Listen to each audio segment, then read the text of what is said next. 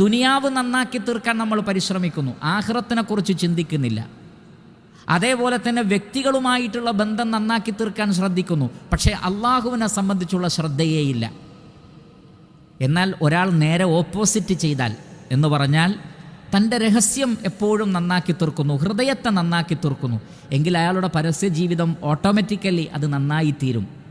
അങ്ങനെയാണ് അള്ളാഹു സുബ്ഹാനഹു വ തആല സംവിധാനിച്ചിട്ടുള്ളത്. അതേപോലെ തന്നെ അള്ളാഹുവുമായിട്ടുള്ള ബന്ധം ഒരാൾ നന്നാക്കുമ്പോൾ സ്വാഭാവികമായും സൃഷ്ടികളുമായിട്ടുള്ള അയാളുടെ പെരുമാറ്റവും നന്നായിത്തീരുന്നതാണ്.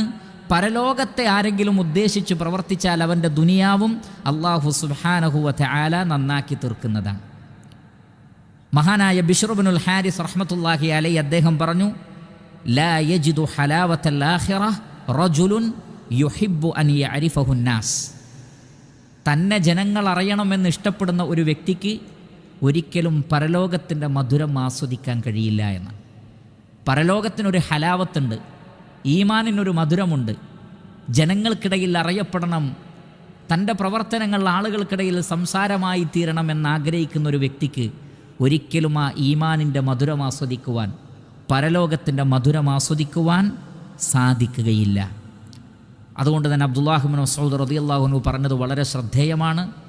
നാം അറിയപ്പെടേണ്ടത് അള്ളാഹുവിൻ്റെ അടുത്താണ്, ആകാശലോകത്താണ്. അതിനുവേണ്ടി ആത്മാർത്ഥമായി പ്രവർത്തിച്ചാൽ അവർക്കുള്ള ഖബൂൽ അള്ളാഹു സുബ്ഹാനഹു വ തആല ദുനിയാവിലും ഉണ്ടാക്കി നൽകുന്നതാകുന്നു.